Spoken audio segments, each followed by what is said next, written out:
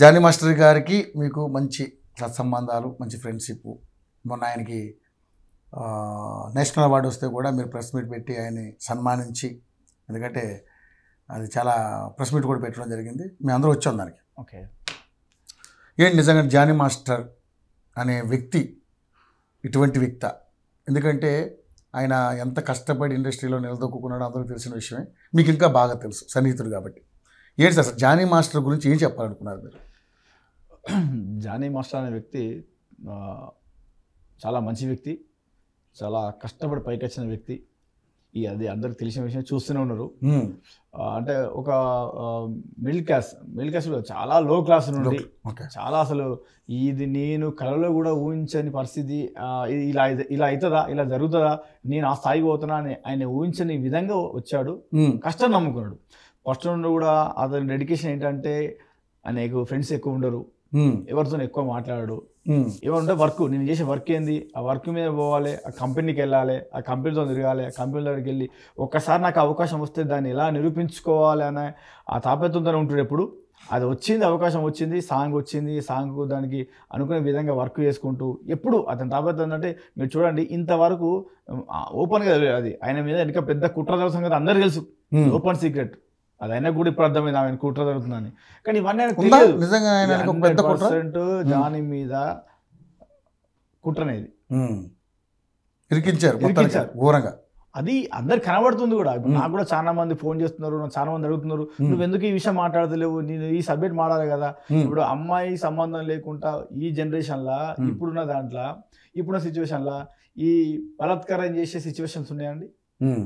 ఒక అమ్మాయికి సంబంధం లేకుండా, అమ్మాయి ఇంటిమేషన్ లేకుండా వేరే వాళ్ళు అతను చేసే అవకాశాలు ఉన్నాయా? పైగా ఆయన మంచి ఇండస్ట్రీలో ఉన్నాడు, అటువంటి పిల్లడు కాదు, ఆయనకేం తెలియలేదు కాదు. ఇండస్ట్రీలో ఒక విలువగా, ఒక సొసైటీలో ఒక పెద్ద మనిషి ఎక్కువ ఉన్నాడు. ఎవరి మీద చేయాలన్నా, ఎవరితో అసభ్యంగా మాట్లాడాలన్నా కూడా చాలా వెనక ముందు ఆలోచించారు. ఇప్పుడు కొంచెం లేట్ అయితే మీడియా మీరు చూస్తూ ఉన్నారు, మీడియా వల్ల కూడా మీటింగ్లలో వచ్చినప్పుడు లేట్ అయితేనే 100 సార్లు సారీ చెప్తాడు, సారీ నీకు కొంచెం పనులు లేట్ అయింది అనుకోగానే. నేను లైవ్లో చూస్తున్నా. నేను నేషనల్ అవార్డు వచ్చిన తర్వాత నాకు తెలిసిన వ్యక్తి, నేను ఒక ఆర్గనైజేషన్, తెలంగాణ యువతను ఒక ఆర్గనైజేషన్ చేస్తున్నా. అవును, మీరు తెలంగాణ యువత అధ్యక్షుడిగా కూడా ఉన్నారు. మేము ఎన్నో స్వచ్ఛంద సేవా కార్యక్రమాలు కూడా చేస్తా ఉన్నాం. ఇలాంటి కార్యక్రమాలు చేస్తున్నాం, అందరికి చేస్తున్నాం కదా. నా మిత్రుడికి నేషనల్ అవార్డు వచ్చింది. మన 2 రాష్ట్రాలు, ఉమ్మడి రాష్ట్రాల వ్యక్తి, మన వ్యక్తి.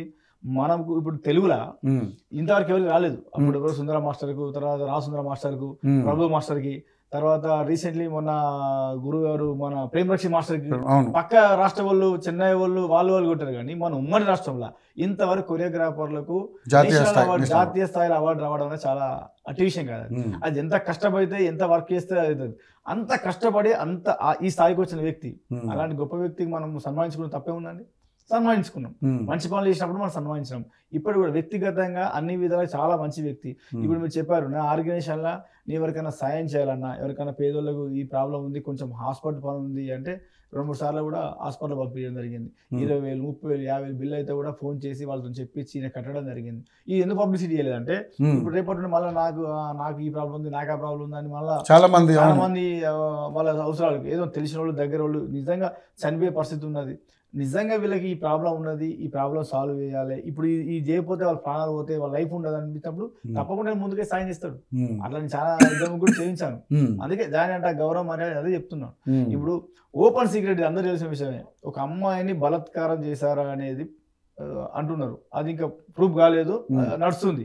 సో ఇప్పుడున్న జనరేషన్లో ఈ ఒక అమ్మాయిని బలాత్కారం చేసే పరిస్థితి ఉన్నాయి. చెప్పండి, మన క్రైమ్ వాళ్ళు, మన సైబర్ వాళ్ళు ఇట్లా ఏళ్ళు పెడితే వాడు ఎక్కడున్నా కూడా పట్టుకొచ్చి శిక్షించే పరిస్థితి ఉంది.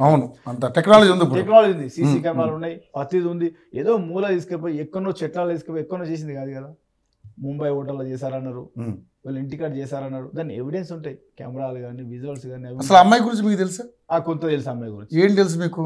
డాన్సర్లు ఎంతో మంది వస్తూ ఉంటారు, పోతా ఉంటారు. మేము అంటే ఎప్పుడు 2-3 సార్లు ఇన్స్టిట్యూట్కి వెళ్ళినప్పుడు కానీ, దూరం చూడడం కానీ, వెళ్ళినప్పుడు నాకు సిస్టర్ వర్క్ చేసుకో, మళ్ళీ వస్తా, బయటికి వెళ్తా అని చెప్పడం, మీరు చేయండి అంటే సరే మాస్టర్ అంటే ఆమె కూడా ఇంతవరకు కూడా. ఎందుకంటే చూసాను చెప్తున్నా, ఏ రోజు నాకు ఇంత పని చెప్తున్నావు, ఏదో నా మీద డిమాండ్ చేస్తున్నావు, నా మీద కమెంట్ చేస్తున్నావు, మాస్టర్ నన్ను ఏదో బలవంతంగా నాకు పని చెప్తున్నావు అనేది ఎప్పుడు చూడలేదు.